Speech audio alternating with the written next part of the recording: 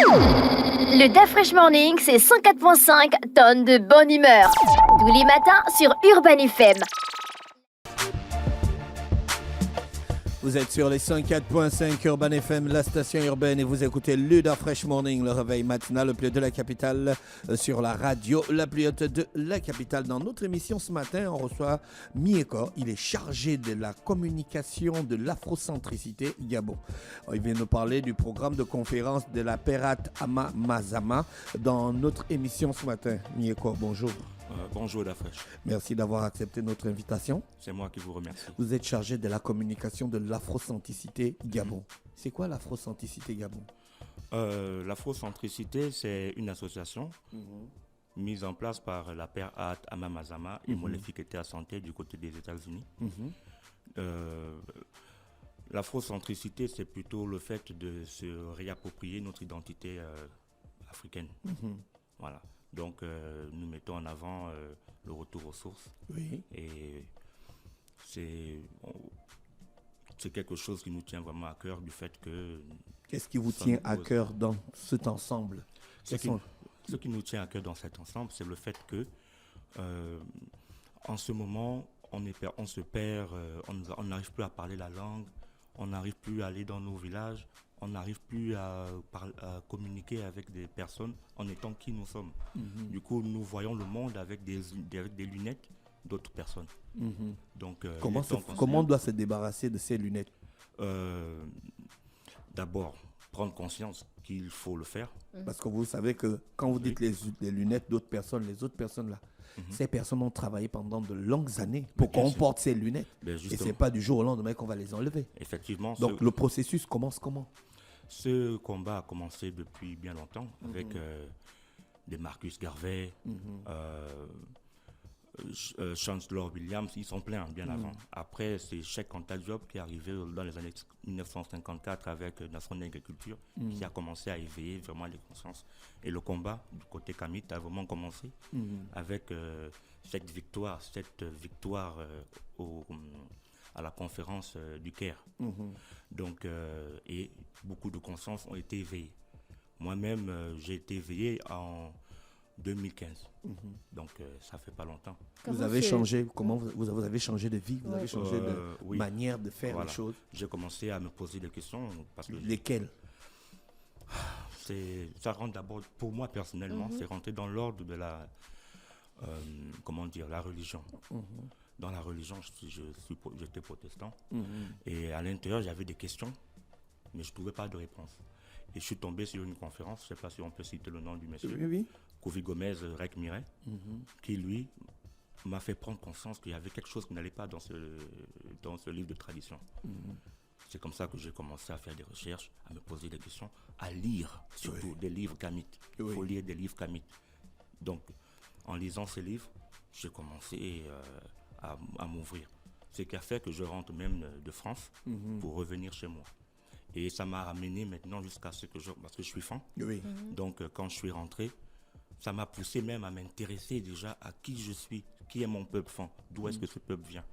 Ça m'a amené vers des lectures. J'étais vraiment, on peut dire, autodidacte.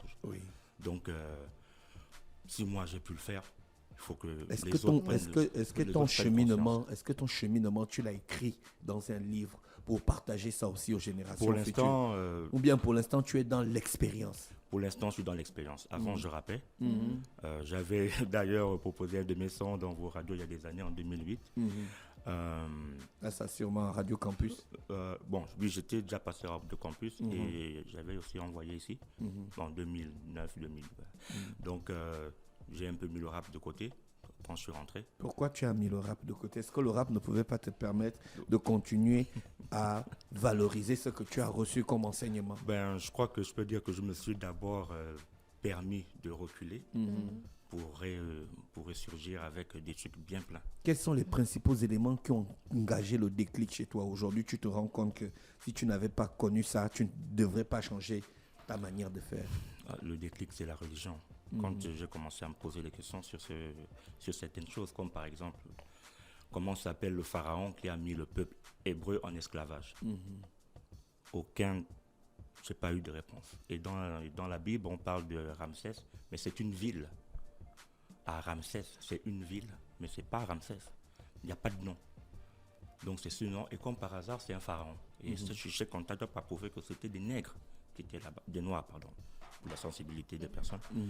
C'était des noirs qui étaient là-bas. Donc du coup, au fur et à mesure, les Dobi Falcoli qu'on a arrêté quelques mois au Mali, là, il est déjà libéré, gloire aux ancêtres.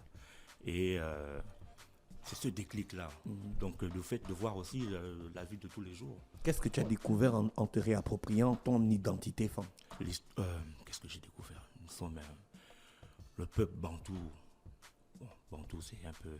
bantou, mais nous sommes forts, nous sommes fiers, nous étions clairvoyants. Nous étions clairvoyants, nous avions cette sagesse-là.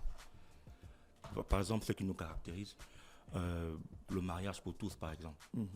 C'est difficile qu'on accepte ça parce que c'est pas dans nos mœurs, c'est pas dans nos cultures, c'est même pas ancestral. Donc ça passe pas, ça a du mal à passer. Du coup, il y a quand même encore ces gens qui ont cette chose-là, mais ils n'en font pas la recherche en profondeur de savoir pourquoi. Est-ce que tous les Kamites partagent les mêmes valeurs?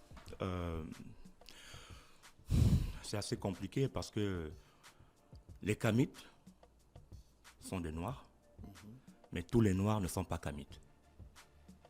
Donc c'est ce qui amène un peu cette différence-là, parce que quand on prend conscience de qui nous sommes, ça fait en sorte que on ne puisse plus se faire, entre guillemets, berner par d'autres. Ça s'est vu avec le Japon. Le Japon est un pays très culturel. Et aujourd'hui, on suit même leurs mangas. Ils ont réussi à propager leur culture. Ils en font une richesse, une force, une science, parce qu'ils ont aussi des armes et tout ça. Ils sont développés. La Chine, pareil. L'Inde, pareil. Parce qu'ils se sont regroupés sur eux, ils se sont recentrés sur eux-mêmes. La conférence de la Père Mazama, c'est quoi exactement? Alors, la conférence, elle traitera sur l'importance du retour aux sources pour la jeunesse africaine. Voilà, c'est ça le thème. D'accord. Donc, elle est venue pour dynamiser, pour nous redonner, pour ressourcer notre énergie, afin qu'on puisse mener le combat quand elle va retourner à ses occupations. Donc elle est venue pour nous rebooster, en même temps partager la nouvelle, partager les connaissances, voilà, partager son expérience et échanger avec certaines autorités. C'est quand la conférence? Alors, ça commence demain. La conférence à l'ENES, ça commence à 9h. Donc mercredi le 22. Mercredi 22 à 9h, 9h30. Alors, il y aura une conférence, ça va durer 2 heures, 2 à 3 heures. Ensuite, il y aura l'après-midi, le mercredi après-midi, donc toujours le 22, vers 14-15 heures. On sera du côté de Cocotier avec l'association Medzo Meyaba, avec plusieurs artistes et tout ça. Il y aura une petite prestation, un échange. Ensuite, le jeudi 23, conférence au CNRS, à Lirch. Donc, ce sera aussi aux alentours de 9h, 9h30. Et cet après-midi aussi, ce sera à l'UOB. C'est gratuit? Oui, c'est gratuit. Ah, d'accord. Donc, la Père Mazama, c'est une personne, hein? Oui. Une femme? Oui, c'est une dame d'accord. du combat. Mais elle... L'une des seules femmes, d'ailleurs. Ah, d'accord. L'une des seules femmes du combat. Oui. Elle fait partie de l'afrocentricité. Oui, c'est elle qui a mis en place cette association-là. D'accord. Vous avez déjà discuté avec elle? Vous avez déjà travaillé avec elle? Elle est déjà arrivée. Elle est arrivée samedi soir. Nous avons fait, par façon de dire, une cérémonie rituelle de bienvenue. Et elle s'y plaît bien. Mais le décalage horaire un peu a fait qu'elle ne puisse pas être là avec nous aujourd'hui. C'est un peu ça. D'accord, ok. Donc il y a la Mais nous sommes passés, sans vouloir te couper, nous sommes passés à Gabon première, à midi première hier. D'accord. Donc elle a pu partager avec les téléspectateurs. Les Gabonais ont été vraiment ravis. D'accord, ok. Mais donc on va se donner rendez-vous demain du côté de l'ENES, c'est ça? C'est ça. Pour les conférences. 9h30. Il y aura des fascicules à distribuer, des prospectus, des supports sur lesquels il y aura des informations que les gens pourront repartir avec. Bon, des supports, je sais comme quoi comme support? Des flyers. Voilà. Bon, Avec la banderole, je crois qu'il y aura toutes les informations dessus. D'accord. Si on veut avoir plus d'informations, est-ce que vous avez un site internet, une page Facebook, des plateformes pour discuter? On a une page Facebook, Afrocentricité Gabon Facebook. D'accord. Voilà. Et on peut discuter via aussi Vous WhatsApp. avez beaucoup de membres ici au Gabon? On en a découvert. Oh, okay. Parce que moi, quand je suis arrivé, je croyais que j'étais seul. Après, j'ai rencontré le Chenouti, qui lui l'a découvert au Gabon, au Cameroun. Et à l'UOB, ils ont travaillé avec le vice Chenouti. C'est comme ça que moi, à l'UOB, en venant, j'ai été invité par un frère. J'ai vu qu'apparemment, il y avait des personnes qui étaient afrocentrées. Parce qu'il y a une différence entre afrocentré et afrocentrisme. Voilà. Donc, le trisme, c'est négatif. Donc, à l'aéroport, quand on est arrivé, on a découvert des docteurs, des conférenciers qui donnent des conférences au Sénégal. Donc, j'étais vraiment surpris et je crois que c'est parti pour quelque chose de bon.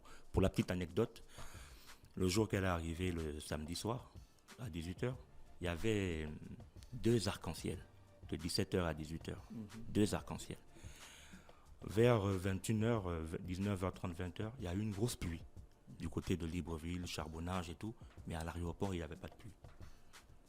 Et quand j'en ai parlé avec un docteur en civilisation et religion du côté du Cameroun, docteur Kemwe, à qui je passe le bonjour, il m'a fait comprendre que dans le vaudou, parce qu'elle est Mambo, Mambo, elle est prêtresse vaudou, et dans le vaudou, c'est synonyme de richesse et de bénédiction. Donc il y a eu un bouleversement cosmique à son arrivée. D'accord, ok. Merci, monsieur Mieko, avec nous ce matin sur le 104.5 Urban FM. C'était un réel plaisir de discuter avec vous. On aurait voulu que ça soit plus long, mais on a encore un long programme. Merci, on vous souhaite de passer une bonne journée à l'écoute des programmes d'Urban FM. À vous aussi. Le DAF Fresh Morning, c'est 104.5 tonnes de bonne humeur. Tous les matins sur Urban FM.